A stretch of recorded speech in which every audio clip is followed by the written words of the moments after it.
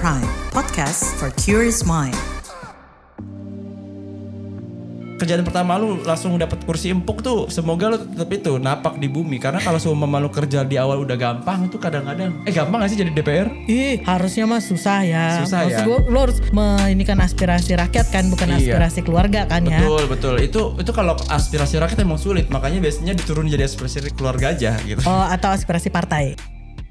Kembali lagi di podcast FOMO Sapiens bareng Aika dan Eki. Ya, di minggu ini tentunya kita mendengarkan kabar yang bahagia, Kak. Kabar apa tuh? Katanya kita berpotensi untuk menyelenggarakan event olahraga terbesar, yaitu Olimpiade. Serius? Ini yang ngasih tahu tuh Menteri Olahraga kita yang sangat muda itu, Mas Dito. Mas Dito Aritejo bilang bahwa kita berpotensi untuk menyelenggarakan itu di Jakarta dan Bali. Nah, kalau yang gue denger-denger nih ya dari berita-berita di luar sana, bahwa sebenarnya wacana itu muncul ketika Presiden terpilih Prabowo Subianto tuh ketemu lah sama presidennya, pimpinannya IOC gitu kan, komitenya Olimpiade gitu. Tercetus lah, gimana nih bos kalau Indonesia jadi tuan rumah Olimpiade 2032 atau 2036 gitu kan. Iya. Ini sebenarnya kita juga optimis dulu aja, walaupun jangan terlalu senang dulu, karena di luar dari fasilitas kita yang kadang suka wadidaw. Kan PON kemarin aja contohnya. PON kemarin aja, aduh, ini acara nasional aja kita malu.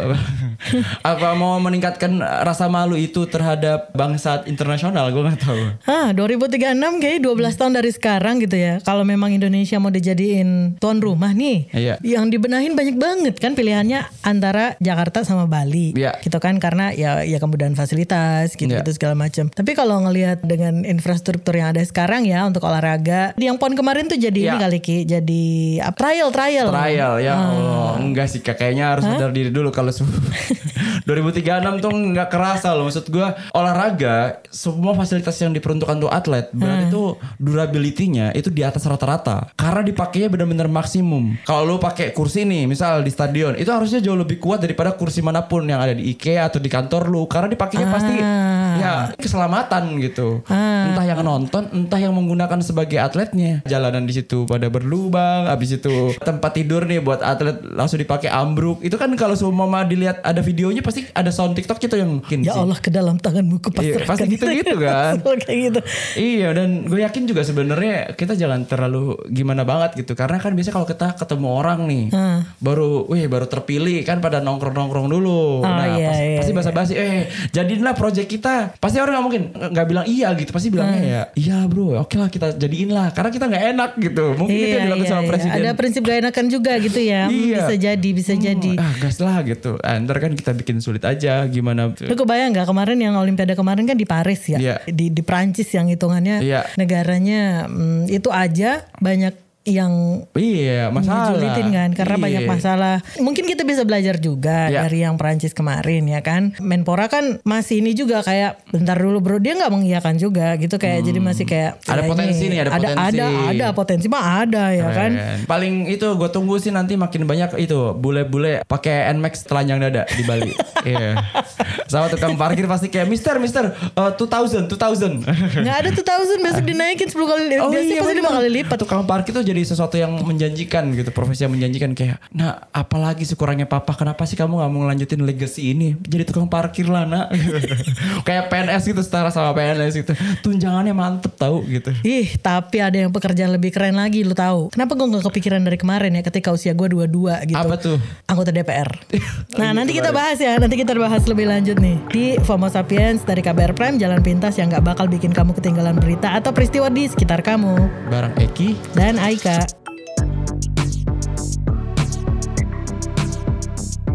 Sebagai generasi milenial dan juga Gen Z ya, tantangannya banyak banget.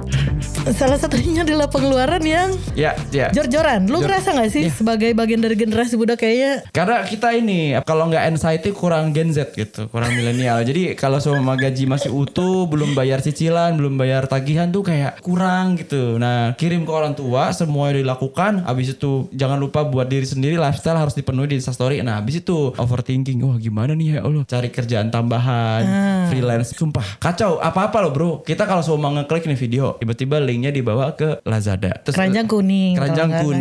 Toko hijau. Iya, nonton TikTok tiba-tiba ada live, gue tiba-tiba beli obeng anjir, gak jelas banget. Gila lu, kacau bro, semua kayak impulsif banget semuanya. Dengan kondisi yang kita sekarang yang kayak lu tadi bilang kan, generasi sandwich gitu kan, gak hanya ngebayain kita tapi juga kayak ngebayain keluarga, ade dan orang tua dan sebagainya gitu. Kadang-kadang tuh ada momen-momen yang lu ngerasa kayak gini gak sih, kayak udahlah ini barang kecil gue beli aja bodo amat, penting gak penting, ya kan? Karena pas masih kecil kita belum pernah punya daya untuk beli itu. Bisa jadi. Minta orang tua gak dikasih. Bisa jadi. Pas gue punya gaji gue beli pokoknya. Walaupun itu cuma Gundam, duit gue habis bodo amat. Atau tadi obeng gitu kan. Obeng. Atau gue beli stiker lucu nih, padahal gak penting juga sebenarnya. Itu karena gitu. Impulsif, bukan karena inner child yang tidak terpenuhi. Anjir, kacau bro. Internet tuh memaksa kita kayak gampang banget mengeluarkan uang yang bahkan bukan punya kita. Kayak pinjol. Atau bisa jadi karena juga Ki, kalau sekarang itu kan dengan pengeluaran yang kita makin banyak, gue ya kadang-kadang nggak mikir gitu. Besok masa depan gue mau beli apa, saham. Kayaknya gue nggak mikir. Gue mau beli tuh buat hari ini dan besok gue masih seneng gitu kan. Okay. Makanya sekarang tuh lagi rame tuh yang namanya doom spending, lo tau? Doom spending. Ya, apa itu doom spending? Jadi doom spending itu perilaku seseorang yang berbelanja tanpa mikir demi menenangkan diri karena merasa pesimis terhadap ekonomi dan masa depan, bro. Iya, tapi emang ada ini sih, ada masalah besar terhadap kita nih, yang dulu kita tuh serba susah, banyak orang yang apa-apa tuh harus menunggu gitu. Jadi mereka tuh ngerasa bahwa ketidakpastian tuh sangat-sangat menyebalkan. Makanya ketika dia punya uang, kalau nggak hari ini kapan lagi? Dan sekarang kan semuanya serba instan ya. Betul. Kayak zaman dulu ngirim surat lu butuh waktu seminggu 2 minggu buat nyampe. Sekarang lu transfer duit detik berikutnya udah nyampe gitu kan. Atau misalnya kayak ngirim barang, gua mau instan 2-3 jam udah jadi gitu kan. Jadi kayak segala kemudahan yang ada saat ini tuh bikin makin menyemangati kita buat doom spending gitu gak sih sebagai generasi kita tuh generasi yang kehilangan kata tunggu. Makanya aplikasi-aplikasi banyak, biar apa alasannya? Biar untuk memotong antrian. Ada bagusnya sebenarnya layanan pemerintah kita yang lemot gini. Jadi kita dikalibrasi, disetting ulang untuk selalu bersabar. Lu kalau buka aplikasi-aplikasi pemerintah tuh sebenarnya ada niat yang sangat baik, karena kita tuh jadi lebih mindful. Belajar untuk sabar, karena orang yang sabar disayang sama Allah, dan itu didukung oleh pemerintah. Itu tapi menarik juga sih. Ternyata lu tahu gara-gara doom spending itu Gen Z sama milenial itu diperkirakan bakal jadi lebih miskin dibanding generasi-generasi sebelumnya. Iya, gimana gak miskin? Tanah lebih mahal, mau beli rumah, waduh, gak mungkin kita beli rumah di perkotaan. Gak mungkin kita dengar cerita dulu mama tuh ya beli rumah di sini tanah cuma 3.000. Nggak bisa kita dengar gitu. Nggak bisa. 3.000 parkir habis sekarang. Iya, udah nggak masuk akal itu. Maksudnya emang kita ditakdirkan untuk ini menerima bansos. Makanya visioner sekali ya pemerintah yang terpilih ini nanti ya, karena memberikan kemudahan-kemudahan, misalnya bantuan-bantuan kayak makan gratis, ya kan, apa memberikan kemudahan untuk generasi-generasi yang diprediksi nih kedepannya tuh generasi emas itu, yang masuk generasi emas tuh yang kismin-kismin ini kan. Iya, emas tuh kan maksudnya gini, kalau sama kita di bawah kita kata mas cendol 1, mas baksonya 1. Jadi Indonesia emas tuh banyak banget yang jadi tukang. Jadi banyak banget yang kerja serabutan dipanggil emas. Jadi budaya orang Jawa kita yang jadi kuli, jadi apa? Mas, plafon dibenerin. Jadi emang semua orang jadi berdaya di kemiskinan tapi. Dan yang lucunya lagi adalah dari Bank Indonesia itu kan bilang kalau selama 5 bulan berturut-turut nih kemarin kita deflasi nih. Nah, gara-gara deflasi itu masyarakat itu diminta untuk lebih banyak belanja. Oh, karena deflasi. Karena deflasi di masyarakat. Lah, kita udahlah digenjat sama doom spending ya kan. Terus lu masih minta kita untuk belanja. Kita sendiri kan harusnya kalau seumpama deflasi duit lagi banyak di kita, tapi kenyataannya lebih banyak yang makin terjerat kriminal karena tercekik sama uang, cari kerja sulit, duit makin menipis. Terus habis itu kita belanja pakai duit apa gitu? Pakai duit rakyat.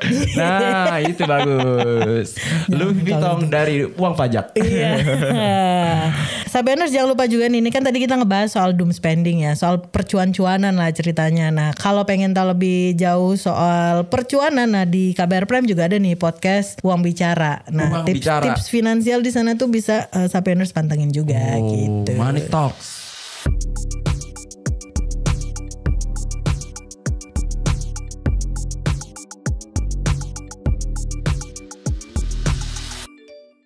Nah, kemarin berita viral juga yang banyak banget orang-orang pakai jas di Senayan.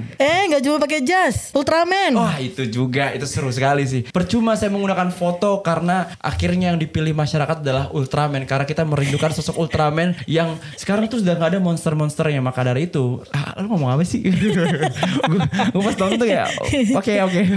Itu yang seru sih menurut gue ya. Kayak apakah sebagai wujud bahwa di DPR itu memang perlu banyak hiburan ya. Supaya kalau besok-besok periode yang baru itu pas rapat itu gak tidur. Betul. Atau pada datang gitu. Dan gak apa-apa pun kalau tidur. Karena sekarang ada anggota DPR bernama Uya Kuya yang jago menghipnotis. Dan kalau orang tidur sama Uya Kuya, jujur. Karena ini yang sulit ditemukan di Senayan sana. Dan ditambah dengan istrinya juga jadi anggota DPR. Wow banget kan? Wow banget. Bayangin Cinta Kuya. Bapak ibunya ada di Senayan. Tapi gak cuma Cinta Kuya yang beruntung gitu ya. Tapi juga Al Eldul tentunya. Al Eldul. Iya. Karena bapak ibunya juga sekarang di sana. Betul, ya kan? Betul. Kebayang tuh pas sebelum masuk supaya gak pada ngantuk bro. Jangan lagi ngopi, kita konser Dewa aja di mari. Risalah hati. Iya. Ku terima surat MK. Gitu. Iya. 580 kan anggota DPR yang dilantik. Itu pun pengen nambah lagi tuh komisi. Kan banyak banget tuh ya serba-serbi yang kemarin pelantikan gitu. Ataupun lihat susunannya ya pas kayak kemarin tuh. Gak tau nih Sapianus juga ngeliat gak dari sorotan soal itu yang suami, istri, anak, bapak. Ada 3 jenis anggota DPR. Yang pertama Princeling, orang yang usianya terlalu muda biasanya karena di situ dia punya keluarga. Ada Ruffling di mana dia bekerja keras dan akhirnya dia berorganisasi sehingga akhirnya ketemu orang yang tepat sehingga akhirnya dia jadi gitu-gitulah. Ketiga tuh adalah orang yang benar-benar kerjanya bagus terus kayak lu mau jadi diri sendiri bagaimana nih gitu. Pokoknya banyak banget orang-orang yang ini berusaha untuk ketemu kamera nunjukin kalau dia adalah orang yang terbaik yang terpilih gitu. Keren. Karena ada relasi. Ya iyalah, itu yang muda usianya 22 tahun lu bayangin udah jadi anggota DPR, bapaknya anggota DPR juga. Nah maksud gue 22 tahun gue kemarin ngapain ya? Lu kan pas zaman-zaman umur 22 tahun pasti kita lagi menggalau kan? Iya, kita lagi menggalau. Bagaimana sih mencari pekerjaan? Tapi terus jeng-jeng pekerjaan pertama gue adalah anggota DPR. Iya. Gimana kerjaannya? Kerjaan pertama lu langsung dapat kursi empuk tuh. Semoga lu tetap itu napak di bumi. Karena kalau semua lu kerja di awal udah gampang itu kadang-kadang. Gampang gak sih jadi DPR?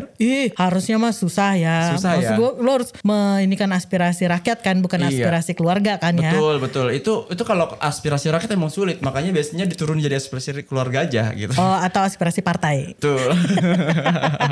Puan Maharani lagi jadi ketua DPR lagi. Ya kurang lebih 300-an wajah lama, 273 wajah baru lah di DPR. Wah lebih banyak orang-orang lama. Orang lama masih ada, tapi kalau melihat relasi-relasi yang ada dan di dalamnya kan membuat kita bertanya juga ya. Ya itu bakal memberikan kebaruan dengan ya berpihak kepada rakyat atau ya lagi-lagi bikin kita pengen demo. Nah gimana sama proyeksi kinerja anggota DPR di periode kali ini? Nah kita bakal ngobrol-ngobrol nih bareng sama peneliti Forum Masyarakat Peduli Parlemen Indonesia Formapi, Bang Lusius Karus. Para anggota DPR udah yang baru, periode baru udah dilantik nih ya. Ini Puan lagi-lagi jadi ketua DPR nih. Dan value kekeluargaan di negara ini sepertinya sangat-sangat dijunjung gitu. Karena banyak keluarga ngumpul di Senayan gitu ya. Iya. Nah gimana komposisi kali ini? Apakah bakal pro rakyat atau sebaliknya nih? Saya kira ada banyak sih pertimbangan untuk menilai apakah pro rakyat atau tidak gitu ya. Karena kan pimpinan DPR itu hanya salah satu alat kelengkapan ya. Dia bukan hierarkis gitu sifatnya gitu ya. Tidak berada di atas anggota DPR lain. Tapi ya bagaimanapun walau tidak hierarkis, pimpinan itu tentu sangat strategis. Karena dia yang kemudian jadi pintu masuk dan pintu keluar. Semua informasi dan semua keputusan yang dibuat oleh DPR tetap aja penting. Kalau tadi ditanyakan apakah DPR sekarang atau pimpinan DPR sekarang pro rakyat atau tidak, saya kira sih kan tidak banyak yang berbeda nih DPR kali ini dengan DPR sebelumnya gitu. Baik dari sisi keanggotaan fraksi maupun dari sisi pimpinan DPR sekarang gitu ya. Ada tambahan 3 orang wajah baru, tapi kan tetap aja dari fraksi yang sama. Kalau fraksinya saja sama, orang-orang yang menduduki posisi kunci juga masih itu-itu aja, itu artinya tidak jauh beda lah 2019-2024 dengan 2024-2029 ini. Mereka hanya pikirkan sedikit-sedikit saja, tapi yang paling penting bagi mereka itu ya bagaimana bisa menikmati kekuasaan untuk fraksi, partai, dan elit lah ya. Gimana nih proyeksi kinerja DPR kali ini? Apakah bakal lebih baik, apa stagnan atau nanti malah bakal anjlok? Saya kira sih kita masih menunggu ini. Apakah nanti akan ada oposisi atau semuanya bergabung di koalisi pendukung pemerintah gitu ya. Kalau kita lihat kompromi yang dibuat saat penentuan pimpinan DPR kemarin, hingga Puan tetap menjadi ketua gitu ya. Terlihat kerjasama antara Koalisi Indonesia Maju dan PDIP itu sudah mulai dibicarakan, ya sudah mulai ada kesepakatan. Saya kira tinggal pertemuan puncaknya Ibu Mega dan Pak Prabowo saja yang kemudian menentukan kemana PDIP ini akan berlabuh. Ya apapun posisi PDIP, saya kira dominasi Koalisi Indonesia Maju di DPR itu tidak ubahnya dengan posisi DPR 2019-2024. Jadi mayoritas fraksi di DPR itu menjadi kaki tangan pemerintah gitu bahasa kasarnya. DPR rasa eksekutif gitu. Dengan begitu saya kira kalau lihat 2019-2024 kecenderungan koalisi pendukung pemerintah untuk kemudian bekerja hanya untuk apa yang dibutuhkan pemerintah itu terlihat juga di periode yang sekarang 2024-2029. Jadi tidak akan ada kemajuan luar biasa saya kira di sektor kinerja DPR gitu ya. Mereka akan bekerja sesuai dengan ritme yang lebih banyak ditentukan oleh kepentingan kekuasaan. Udah kelihatan gak sih kira-kira nih RUU apa aja sih yang kayaknya bakal dikebut lah sama si DPR dibandingkan dengan PR-PR lain gitu kayak RUU perampasan aset atau PPRT gitu? Itu susah sekali kita baca apa keinginan pemerintah baru ini. Orang yang akan menjadi pimpinannya aja jarang ngomong tentang apa yang dia mau bikin gitu ya. Ya sambil menunggu aja karena yang berkuasa nanti itu belum juga ngomong soal apa yang prioritas untuk dia lakukan di periode saat dia berkuasa nanti. Paling yang sering disebut ya makanan makanan bergizi itu doang sih. Tidak ada visi di bidang lain yang sudah mulai dibicarakan oleh presiden dan wakil presiden terpilih. Untuk mengetahui apa yang kemudian jadi kerjaan DPR dari visi misi presiden atau program presiden wakil presiden terpilih, ya kita masih harus menunggu mereka mulai ngomong ya. Ya soal nasib RUU perampasan aset gitu ya yang sudah masuk dalam daftar prolegnas 2019-2024 tapi sampai akhir kemudian tidak jelas perkembangannya dan di akhir periode DPR tidak memasukkannya dalam daftar RUU yang di carry over ke periode berikutnya. Carry over ini sebenarnya kebijakan untuk memastikan RUU yang sudah dibahas periode sebelumnya dilanjutkan pembahasannya oleh DPR setelahnya. Ya, RUU perampasan aset ini tidak termasuk dalam daftar yang RUU yang di carry over oleh DPR 2019-2024 ke DPR 2024-2029. Karena tidak masuk dalam RUU carry over, maka nasibnya itu akan sangat tergantung apakah DPR 2024-2029 akan memasukkan RUU perampasan aset ini dalam daftar RUU prolegnas 2025-2029. Jadi kalau tidak masuk dalam prolegnas berarti tidak ada harapan RUU perampasan aset ini akan dibahas oleh DPR 2024-2029. Ada harapan, walaupun saya kira harapan itu redup juga gitu ya, kalau melihat bahwa fraksi-fraksi yang ada di DPR 2024-2029 adalah juga sama dengan fraksi-fraksi yang di 2019-2024 tidak menggubris proses pembahasan RUU perampasan aset ini. Jadi butuh desakan publik. Jadi publik yang harus bergerak, mendorong, mendesak DPR agar segera membahas RUU perampasan aset ini. Ini kan juga DPR sedang ada wacana untuk penambahan komisi ya, sedang dikaji untuk mengimbangi kabinet Prabowo Gibran yang menggemuk gitu. Ini apakah akan menjadi lebih baik atau sebenarnya hanya bagi-bagi kursi saja? Nggak ada jaminan penambahan jumlah komisi di DPR itu akan otomatis mendorong peningkatan kinerja DPR gitu ya dalam bidang legislasi, anggaran dan pengawasan gitu ya. Justru semakin banyak komisi, saya ragu koordinasi untuk meningkatkan kinerja itu berjalan tidak baik justru ya kalau komisinya menjadi semakin banyak, apalagi anggaran juga pasti akan bertambah. Jadi penambahan komisi ini buat saya sih lebih pada kepentingan fraksi-fraksi atau anggota DPR. Dengan ada tambahan komisi berarti akan ada tambahan peluang bagi anggota tertentu untuk menduduki jabatan pimpinan dan ini selalu yang diincar oleh fraksi-fraksi di DPR ya. Hampir setiap 5 tahun di awal periode selalu ada ribut-ribut soal bagi-bagi jatah di alat kelengkapan atau di komisi. Saya kira kecenderungannya sama, apalagi di periode 2024-2029, kemungkinan besar tidak ada oposisi. Jadi itu artinya pembagian jatah yang adil itu harus sudah dilakukan sejak awal. Sehingga tambahan komisi itu akan jadi kabar baik bagi fraksi-fraksi di DPR. Ya. Tapi nanti gimana dong memperkuat pengawasan yang ada gitu Bang? Sementara bos sebagian besar di Senayan ya pro pemerintah gitu. Ya itu sekarang yang sedang membuat kita bingung, cemas dengan DPR periode 2024-2029 ini justru karena informasi bahwa semua fraksi akan bergabung di koalisi pemerintahan. Ya soalnya partai politik kita dan DPR kita itu tidak seperti yang mungkin secara ideal dibayangkan. Ya, mereka punya otonomi DPR walaupun menjadi koalisi atau bagian dari pendukung pemerintah, tapi fungsi pengawasan itu tetap berjalan. Kita tahu sendiri bahwa HI-nya atau anggota partainya ada di DPR, itu juga mungkin akan diberikan jatah sebagai menteri, ya. Dan kalau pimpinan partainya ada di salah satu kementerian, ya bagaimana kemudian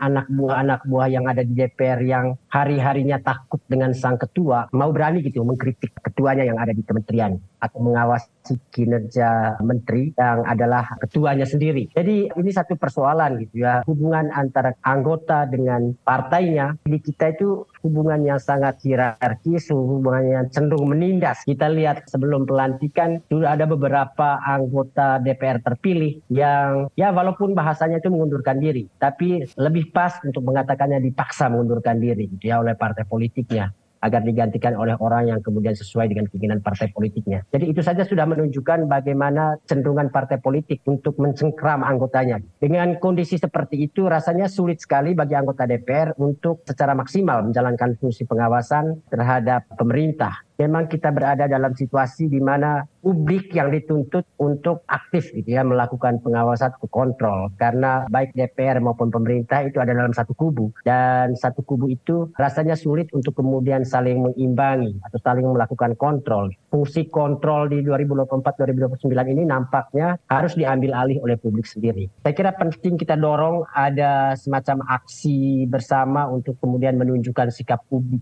Kita mengharapkan orang-orang yang kita sudah pilih melalui pemilu tetap pada ikhtiarnya untuk kemudian mewakili rakyat, berjuang melakukan kontrol terhadap eksekutif. Tapi kalau itu tidak dilakukan oleh DPR, maka rakyat sendiri yang harus melakukannya, dan bukan cuma pemerintah yang diawasi oleh rakyat. DPR itu yang justru jadi sasaran kontrol publik.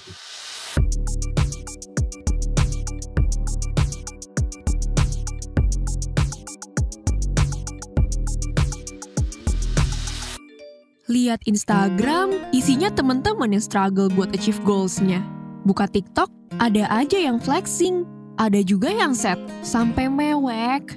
Tapi pas dengerin podcast, nemulah itu podcast. Namanya Disco. Ya, pas banget lagi dibahas. Kalau orang yang sudah biasa misalnya flexing, ketika nggak flexing kok kayaknya ada yang kurang gitu. Jadi cemas nih. Jadi kan berusaha untuk ya flexing lagi, gimana caranya kita flexing yuk gitu kan. Laki nggak boleh nangis gitu ya. Harus kuat gitu ya. Nah itu salah banget gitu. Karena tadi aku bilang nangis itu adalah salah satu komunikasi terdasarnya manusia. Biar hidup jadi seimbang, penting banget nih dengerin Disco. Diskusi psikologi persembahan KBR dan Into the Light Indonesia. Yuk hapus stigma, peduli sesama, sayangi jiwa. Disco, diskusi psikologi bisa disimak di kbrprime.id dan platform mendengarkan podcast lainnya. KBR Prime, podcast for curious mind. Nah tadi itu kan ngomongin DPR ya. Sekarang ada apa lagi nih kayak yang terlewatkan di minggu ini?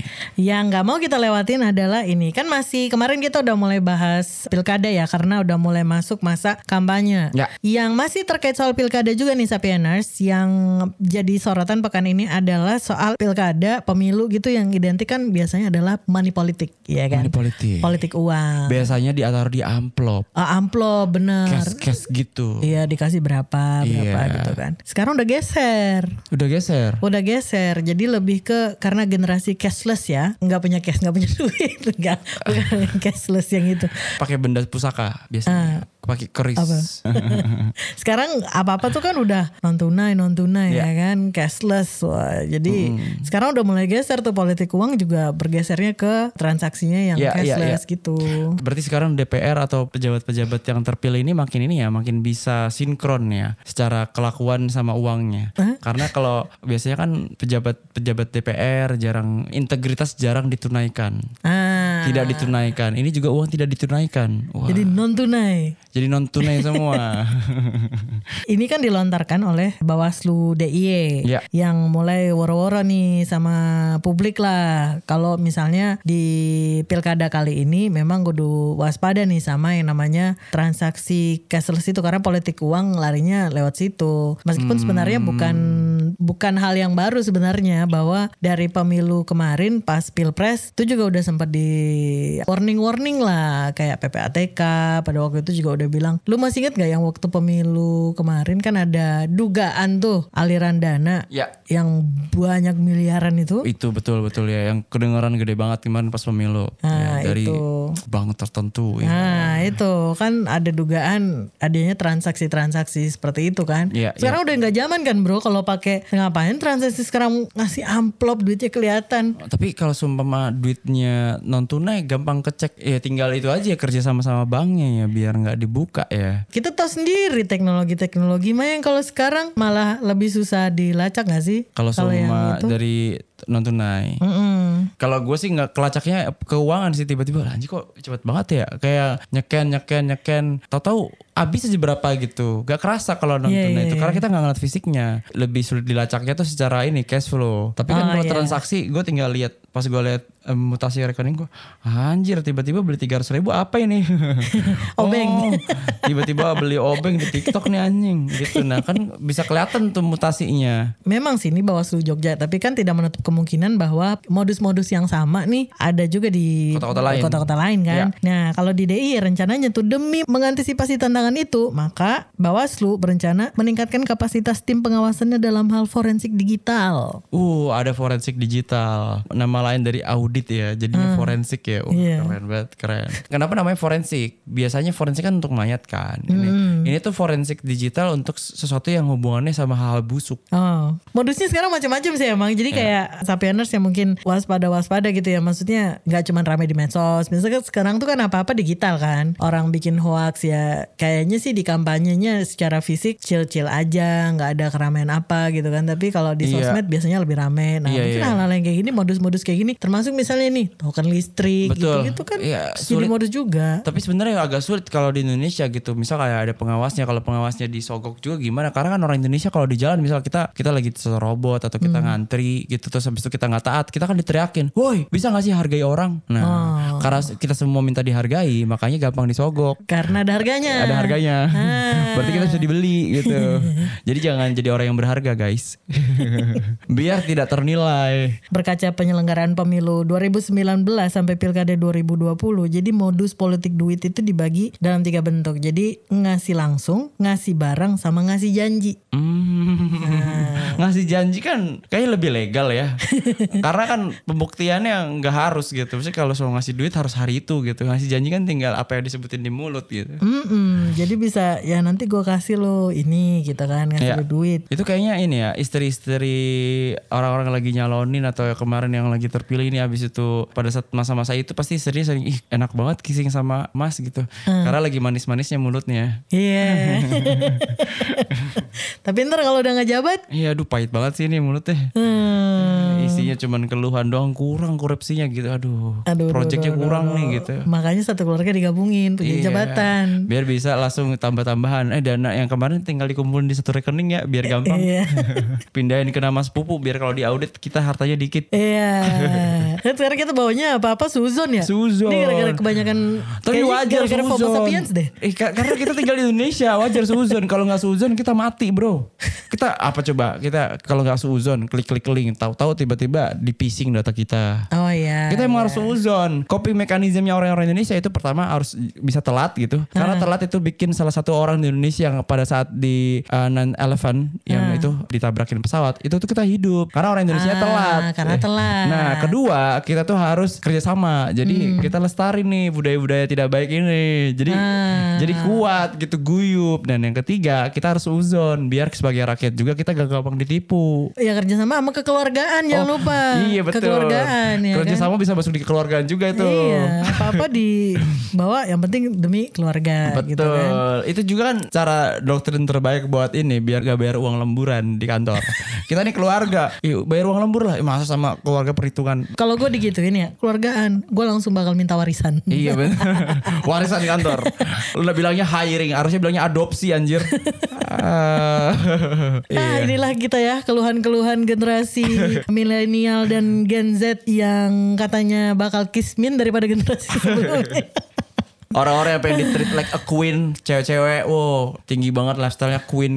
Di depannya ada Miss Queen. Daripada kita semakin kepikiran, lebih baik kita pamitan aja yuk. Pamit teman-teman ya, semoga ketemu lagi di episode berikutnya dengan kondisi yang jauh lebih sehat tentunya dan uang yang sangat-sangat lebih baik. Amin. Kalau gitu kita pamitan, sampai ketemu minggu depan. Bye-bye. Bye.